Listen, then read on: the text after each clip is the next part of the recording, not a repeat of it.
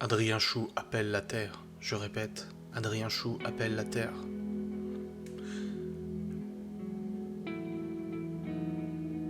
Sauvez-moi. Bonjour à tous, sur cette petite intro d'effets spéciaux totalement affolants. Vraiment, j'ai investi énormément pour faire cette intro. Et encore, franchement, j'aurais eu le fond vert que je vais avoir dans ma nouvelle configuration, dans le nouveau bureau. Je vous aurais fait un fond lunaire, etc. Vraiment dans l'espace, vous voyez. Mais bon, on n'y est pas encore, on se calme. Je me suis dit que j'allais vous faire une petite vidéo sur un sujet que j'ai lu hier, sur le forum JVC 1825, sur lequel je vais depuis 16 ans, voilà. Et du coup, je voulais faire une vidéo sur ce sujet parce que j'ai lu un très bon article sur le site Topito qui parle de l'expédition lunaire, donc du premier homme qui a marché sur la Lune. Le 21 juillet 1969, Neil Armstrong et son équipe ont marché sur la Lune. Voilà, tout le monde le sait, je pense. Même ceux qui ont lu Tintin sont un petit peu au courant que l'homme a marché sur la Lune. Et bien c'est là-dessus que je veux en venir dans cette vidéo, parce que comme je vous l'ai dit dans ma vidéo sur les anecdotes, j'aimerais discuter avec vous de légendes urbaines, de sujets comme ça, un peu controversés, de théories du complot. Moi je trouve que c'est vachement intéressant. Ça rentre pas vraiment dans le cadre de légendes et mystères, parce que c'est pas un mystère, c'est pas une légende, c'est juste un débat qu'on est tous amenés à se poser quand on lit quand on regarde certaines vidéos, qu'on lit certains sujets à propos de ces choses que l'homme aurait accomplies. Et ça fait déjà des années que j'entends parler des théories du complot, comme quoi l'homme n'aurait pas marché sur la Lune, que ça serait du fake, ça aurait été tourné en cinéma. Il y a beaucoup de jeux vidéo, comme Duck Nukem et tout ça, qui ont un petit peu... se sont foutus un peu de la gueule de cette théorie. Tu rencontres en fait dans des jeux, tu rentres dans des studios, tu vois qu'en fait c'est un studio pour justement cette expédition lunaire. Il y a des films qui en parlent, qui le tournent un peu en dérision. Et du coup, on se pose quand même manifestement la question, et j'en parlais à Maëva juste avant, je lui ai dit, avant de tourner ma vidéo, qu'est-ce que t'en penses? Avant de vous présenter un petit peu ce qui est montré sur les preuves irréfutables de Topito, qu'est-ce que t'en penses? J'ai dit à Maëva, est-ce que toi tu penses vraiment que l'homme a marché sur la Lune en 1969? Et sa réaction était simple. Elle a dit, peut-être, peut-être pas, mais quand on regarde un petit peu la technologie qu'ils avaient installée en 1969, on est quand même amené à se poser la question, à savoir, est-ce qu'on était vraiment capable techniquement de le faire? Je veux dire, en 1969, je vais vous mettre des photos un petit peu de ce qu'il y avait comme invention, les téléphones, etc., pour vous rendre compte un petit peu de la technologie qui a nécessité tout ça. Faut quand même se rendre compte qu'en 1969, on était quand même sur de la technologie assez pas modeste, mais assez quand même limitée. Alors s'imaginer qu'une équipe a envoyé des gens sur la Lune, c'est là où on peut commencer à se poser des questions. Et c'est ce que Maëva me dit. Maëva, au niveau de son opinion, elle me dit, moi ça me paraît possible, mais ça paraît quand même aussi gros qu'avec cette technologie et tout ça, on ait réussi à envoyer des gens sur la Lune. Et pourquoi on n'y est pas retourné? Alors, il y a eu d'autres. Après 1969, il y a eu d'autres expéditions sur la Lune, mais c'est vrai que depuis des dizaines d'années, ça ne se fait plus. Il n'y a plus personne, je crois que les Chinois, ils veulent le faire, mais pourquoi ça n'a pas été refait? Parce que c'est pas intéressant, peut-être. Peut-être que, voilà, il n'y a rien d'intéressant là-bas, ou ça n'apporte pas grand-chose à la science, mais est-ce que d'autres personnes y sont allées? Vous voyez, il y a eu d'autres expéditions, c'est ce que je disais, je suis en train de me renseigner en même temps que je fais la vidéo, le mec qui est pas du tout professionnel, tu sais, il se renseigne pas avant.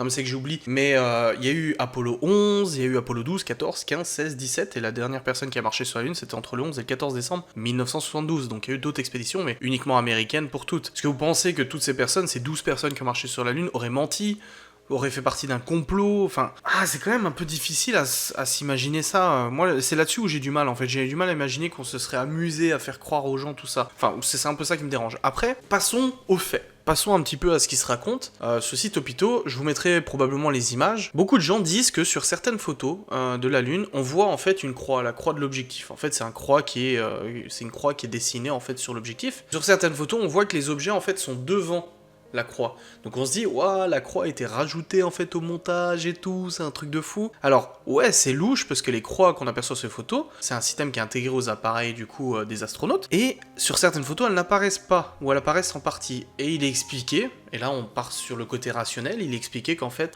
vous savez, les photos, ça joue avec la lumière, etc. Et en fait, les croix sont pas masquées, mais elles sont brûlées par la lumière. C'est-à-dire qu'au moment de prendre la photo, en fait, la croix a disparu quand c'est du blanc derrière ou du gris. Et en effet, sur certaines photos, en zoomant, on se rend compte que tout simplement la croix, en fait, elle a été juste ternie. Deuxième point, c'est on ne voit aucune étoile dans le ciel sur les photographies. Moi, je pense que s'ils avaient fait ça en studio, ils auraient eu l'intelligence de mettre des étoiles dans le ciel, mais en même temps ça s'explique tout simplement parce que le paramétrage des appareils photo était fait en sorte qu'on ne voyait tout simplement pas les étoiles. Vous savez, un appareil photo ça se règle, il y a la profondeur de champ, il y a la sensibilité ISO, etc. Et ils ont été configurés en fait pour le sol lunaire. C'est comme si vous preniez une photo en pleine journée, vous verrez pas les étoiles non plus, pourtant les étoiles sont là mais on les voit pas tout simplement. Alors ils expliquent comme ça. Alors ensuite on a la grande histoire du drapeau qui flotte.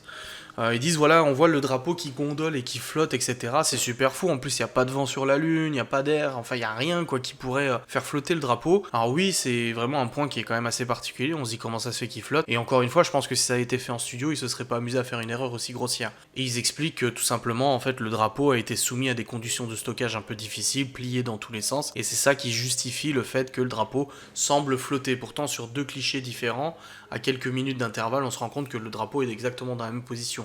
Donc non, il flotte pas à l'air, c'est juste qu'en fait il est immobile. Ensuite, il y a le fait que les ombres ne collent pas. On a pu constater que sur certaines photos, en fait, les ombres n'étaient pas dirigées de la même manière, comme si en fait ça avait été éclairé par des spots artificiels. Et sur le sujet que j'ai lu hier, il disait ouah, c'est quand même fou, c'est des spots et tout en studio.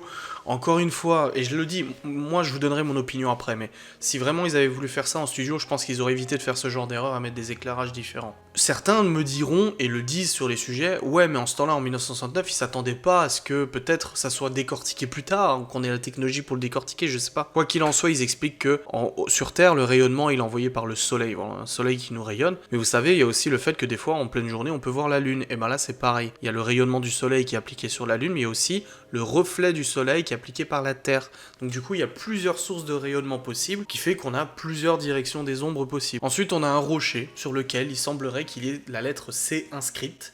Ça a pas mal fait polémique en disant waouh, c'est un repère pour les cadreurs et tout ça, mais non, en fait, il est expliqué que en fait ce C, ça semble être une poussière sur la pellicule ou sur la photo, parce que sur la photo originale il n'y a pas de C. C'est ce qu'ils disent, hein, c'est ce qu'ils disent. Pourquoi c'est pas si louche? Pourquoi c'est louche parce qu'il y a un C? Pourquoi c'est pas si louche? Donc c'est vrai que moi je survole vite un petit peu le fait que pourquoi c'est louche, parce que c'est des choses qu'on a déjà vues, et je vous l'explique brièvement, parce que généralement pourquoi c'est louche ils disent, et pourquoi ce n'est pas si louche, bah c'est ça l'explication que j'ai envie de savoir. J'ai envie d'avoir la contre-vérité en fait, pourquoi on nous explique ça. Maintenant on rentre dans un sujet un petit peu plus compliqué que moi je me pose comme question, c'est le fait que pour aller jusqu'à la Lune, il faut traverser une barrière de radiation. C'est une barrière de radiation en fait qui serait capable de tuer un homme, d'altérer du coup pas mal d'appareils électroniques, et ils disent mais comment ils ont pu faire pour traverser cette ceinture de radiation, si vous voulez. La ceinture de radiation dont je parle, c'est la ceinture de Van Allen. Et ils expliquent que oui, c'est louche parce qu'ils se seraient pris une quantité, mais parfois 100, 200, 300 fois plus importante que Tchernobyl, tout en sachant que Tchernobyl a quand même tué beaucoup de personnes, et ils expliquent qu'en fait la combinaison déjà des astronautes les protège des radiations, qu'ensuite ils ont choisi le bon créneau pour passer, car c'était dans un moment où les radiations étaient le plus faibles possible, et que du coup bah, c'était la bonne solution pour partir, ils sont partis au bon moment. Alors c'est une proposition. Maintenant, pourquoi d'autres personnes n'y sont pas retournées? Russes, Chinois, etc., qui ont les capacités totalement techniques de le faire. Moi, il y a d'autres questions que je me pose. Alors voilà, on va rentrer du coup dans mon avis personnel. Au-delà du fait qu'en 1969, la technologie quand même était assez précaire, il faut me dire comment ils ont pu envoyer des hommes sur la Lune, transmettre des données, des images, des vidéos quasi en direct. Enfin, c'est fou quoi, depuis la Lune, 300 000 km la Lune, c'est ça? Distance Terre-Lune? Attendez, je vais regarder, hein, mais je crois que c'est 300 000. 384 400, oui, j'y étais presque. Mais comment ils ont pu faire ça? Techniquement, ok, admettons, ils ont réalisé ça. Quand tu vois la tronche des avions en ce temps-là, quand tu vois la tronche de la technologie en ce temps-là, on sortait quand même en pleine guerre froide. Ouais, c'est un peu chaud. Et en parlant de la guerre froide, justement, on connaît parfaitement l'enjeu de la course à l'espace, de la course lunaire. Les États-Unis et le bloc URSS, quand même, étaient beaucoup en compétition à savoir qui irait dans l'espace en premier, parce que il faut savoir une chose, c'est que la course à l'espace était déjà destinée au fait de pouvoir installer des missiles autour de la Terre, en géostationnaire, si vous voulez, pour pouvoir frapper le premier. Déjà, c'est pour ça qu'ils voulaient avoir la course à l'espace le plus rapidement possible. Et ensuite, les États-Unis ont marqué un gros coup en allant carrément sur la Lune, en disant, voilà, c'est moi le patron, c'est moi le taulier, t'as vu, j'ai mis mes pieds sur la Lune, je pense que c'est bon, on a montré qui était le plus fort. Est-ce que cette course aurait poussé au mensonge, aurait poussé du coup les États-Unis à mentir et à faire croire qu'ils sont allés sur la Lune? Ouais, peut-être. Est-ce que la technologie l'aurait permis? Peut-être. Est-ce que On aurait pu y retourner depuis. Oui, bah oui, pourquoi on n'y est pas retourné depuis? Quand on voit des fois que des pays, ils ont juste envie de te créer des trucs pour dire qu'ils savent le faire, regardez la Corée du Nord, qu'elle utilise ou pas sa bombe nucléaire, elle avait envie de montrer qu'elle savait en faire une. Il y a plein de pays comme ça, que ce soit même pour bombe nucléaire ou autre, ils ont besoin de montrer que technologiquement, ils sont capables de le faire. Alors pourquoi la Chine, grand pays que c'est, pourquoi la Russie, enfin l'ex-URSS, ne l'a pas fait? Si ils ont réussi à le faire, les Américains, plusieurs fois, pourquoi ils l'ont pas refait, les autres? Ouais, c'est ça que Maëva me disait avant sur internet. Elle me disait, je comprends pas pourquoi on l'a pas refait si c'est faisable. Après, il y a des enjeux technologiques, ça coûte énormément de pognon, ça je veux bien le croire. On nous dit qu'on veut envoyer les hommes sur Mars et tout. C'est pas encore fait. On envoie des satellites, je veux pas dire c'est simple, mais c'est une carcasse, quoi. Envoyer des hommes, c'était quand même le gros défi. Alors, je sais pas. Je sais pas quoi en penser. C'est comme la théorie de la Terre plate. Au moins, la théorie de la Terre plate, vous savez, on a quand même... On peut se dire, ouais, mais en fait, ils nous envoient des fausses images satellites, les satellites n'existent pas, ou je sais pas quoi. On nous gruge. Non, Non, il y avait toutes les preuves physiques, mathématiques, et puis même les preuves qu'on a visuelles et tout, nous permettent bien de comprendre que la Terre n'est pas plate. On n'est pas dans un esprit plat. Moi j'ai déjà vu au télescope Saturne, j'ai eu l'occasion de le voir avec mon télescope quand j'étais gamin. J'ai vu Saturne avec ses anneaux, c'était magnifique, elle était ronde. Enfin, elle est ronde, vous savez, c'est un plan, une image, donc forcément vous n'avez pas de la 3D, mais tu comprenais bien qu'elle n'était pas plate, quoi. Donc pourquoi la Terre serait plate? Et je pense pas un gros complot. Je pense que ouais, c'est possible que tout ça ait été machiné, mais je pense qu'ils y sont quand même allés. Je pense qu'ils y sont allés, mais que tout a été retranscrit. Enfin, je pense. Pour moi, il est possible qu'ils y soient allés, mais que tout a été retranscrit en studio. C'est-à-dire que, ouais, ils y sont allés, machin, ils ont fait leur mission. C'est peut-être pas aussi bien passé qu'on le pense. Soit il y a des mecs qui sont restés là-bas, qui sont morts là-bas, je sais pas. Mais vu qu'ils l'ont fait, ils ont envie de dire c'est bon, on l'a fait, on tourne des vidéos. Peut-être, c'est possible. C'est possible. Moi, je suis vachement partagé. Je suis à 50-50. Maëva est plus déterminé que moi en se disant non, ils l'ont pas fait. Mais moi, je suis plus. Ouais, je sais pas. C'est possible. Mais bordel, quelle prouesse d'avoir fait ça. C'est ça en fait que je me dis. Vraiment, chapeau d'avoir fait ça, quoi. C'est incroyable. Donc voilà, j'aimerais avoir votre avis. Je vais envie de discuter de ce sujet avec vous. J'espère que ça vous a plu. J'aime bien débattre des sujets un petit peu comme ça, entre amis, le soir, vous savez, qu'on en parle. C'est un peu des discussions un petit peu dynamiques comme ça. Et ben j'aimerais avoir le même genre de vidéo avec vous. J'aimerais avoir des vidéos où on discute un petit peu de ces sujets, voilà, un petit peu controversés, comme les Wikileaks. Est-ce que c'est du complot? Est-ce que c'est du vrai? Est-ce que les Illuminati existent? Est-ce qu'on est dirigé par des sociétés secrètes? Moi j'ai envie d'avoir votre opinion, et je pense que vous avez envie d'avoir le mien, donc c'est pour ça que je vais continuer ce genre de vidéo, je pense. Donc n'hésitez pas à me dire en commentaire ce que vous en pensez, et surtout, dites-moi en commentaire si vous y croyez ou pas. Si pour vous, l'homme est allé sur la Lune, ou l'homme n'y est pas allé. Alors vous mettez un hashtag. C'est juste que, en moins, ça synthétise le truc. Hashtag, attendez, on va écrire un hashtag. Qu'est-ce qu'on va dire? Hashtag, hashtag, c'est faux, et hashtag, c'est vrai. Voilà, vous mettez ça, vous savez. Ceux qui pensent qu'on est bien allé, enfin, que l'homme est bien allé sur la Lune, vous me tapez... Hashtag c'est vrai, mais bien allé sur la mission d'Apollo, hein, vraiment ce qui a été filmé. Hashtag c'est vrai, ceux qui pensent que non c'est du fake, mettez hashtag c'est faux.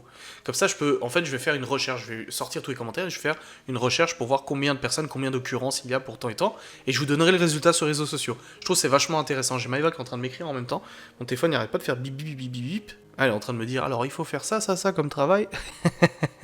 Ok, donc c'est fait, ma vidéo est faite, j'espère que ça vous a plu, n'hésitez pas à me donner votre avis en commentaire s'il vous plaît, et je vous dis à très vite pour une nouvelle vidéo.